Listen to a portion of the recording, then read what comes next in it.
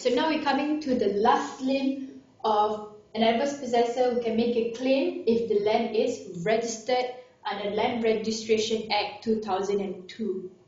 So under the new Act, it has completely revolutionized the way in which an adverse possessor can make a claim to become a successful squatter. So why is that you have all this statutory provision indicating that a squatter will no longer be subject to Limitation Act, in a sense that you no longer need to prove that you already occupied a place for a period of 12 years. So if you have already occupied a place for 12 years and then it falls under the Land Registration Act 2002, it means nothing if you do not satisfy the Schedule 6. So let's go through all the important statutory provisions.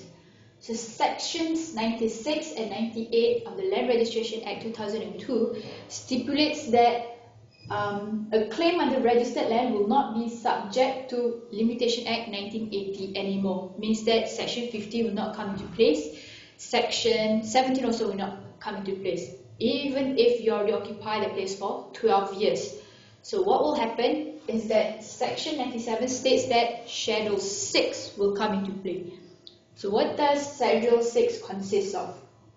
So Schedule 6, paragraph 1 states that as long as you've already occupied a place for a period of 10 years, the adverse possessor must go to the Land Registrar Office and make an application to become a successful adverse possessor. So it's not automatic and no one is holding the property on trust for the squatter. So the squatter himself needs to occupy the place for 12 years and go make an application. So even if an adverse possessor occupied the place for 100 years, if you don't go to the Land Registrar Office to register your right to become an adverse possessor, means that there is no point towards your claim. So at any time, the original owner can come into that property and evict you because you failed to register your right. So what's the procedure? So there are a few steps that the adverse possessor needs to comply with. So first, you need to go to the office and make a claim to become the adverse possessor. So the registrar will accept your application, and subsequently, what he will do is obviously to notify the original owner. So if the original owner receives the claim and objects to your application, there goes your right. Means that you are unable to make a claim as a successful adverse possessor. So there's no way whatsoever.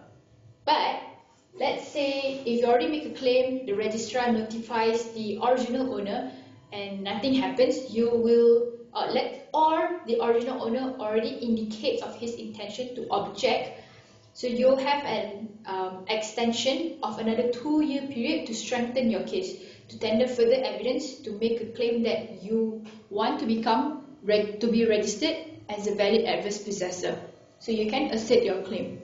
So it depends if there's objection, there goes your right or there goes your claim. But otherwise, you have further period of 2 years to strengthen your case. And again, if the registered owner rejects your claim or objects to your application, you cannot become a successful adverse possessor. So Land Registration Act 2002 has made it more difficult for adverse possessor to make a claim to become the owner, a new owner over someone else's property. So which is a good thing because it will safeguard the interests or the estate of the original owner, even though they did not utilize it. So the important schedules that you need to remember is Schedule 6, obviously, is paragraph 5 sub 2, paragraph 5 sub 3, and also paragraph 5 sub 4. So these are the areas whereby you can make a claim, a successful claim as adverse possessor. So under Schedule 6, paragraph 5 sub 2 states that you can make a claim that it would be unconscionable for the registered proprietor to deny the claim of the adverse possessor. So they will be estopped. So it falls under the category of estoppel and paragraph 5 sub 2. So under the second situation is that you can make a claim under Schedule 6, paragraph 5 sub 3, especially when it involves a separate property claim. Like for example, you want to purchase a house agreement already signed, it's just that you haven't made full payment, or the sale and purchase agreement was not properly executed. So if you already occupied the place for a period of 10 years.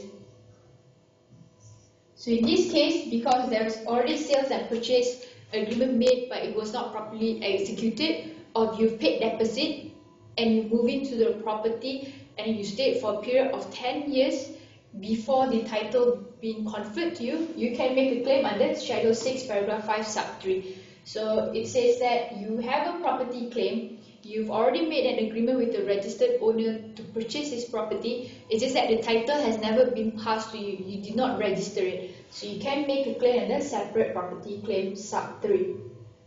So last claim, or last case where you can make a claim to become an adverse possessor is under Schedule 6, Paragraph 5, Sub 4.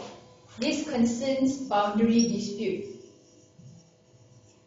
So especially when you have unintentionally trespassed into another piece of property. Let's say you purchase the land and you want to extend your garden, you accidentally encroach into your neighbor's property. So your land or your garden is supposed to be up until this point, but you extend or you build fences which encroach on other people's land.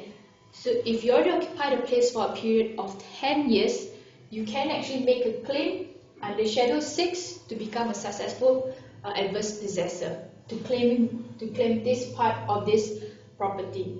So most of all the cases will usually fall under boundary dispute. So this is usually the common one, not so much a separate property claim or under estoppel. So all in all, what you need to remember is that the two key elements provided in the case of J.A. Pye against Graham is still valid, still in existence. You need to show proof that you have the factual possession, you have intention to possess, and that you have occupied a place continuously for a period under this statutory provision will be 10 years. So 10 years, then subsequently you follow the procedure. Make an application first.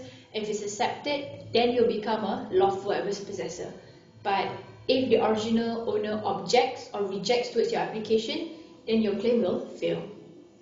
Alright, so that is all for the topic of adverse possession. So in next class will be on Tuesday, and I'll be doing a tutorial question with you.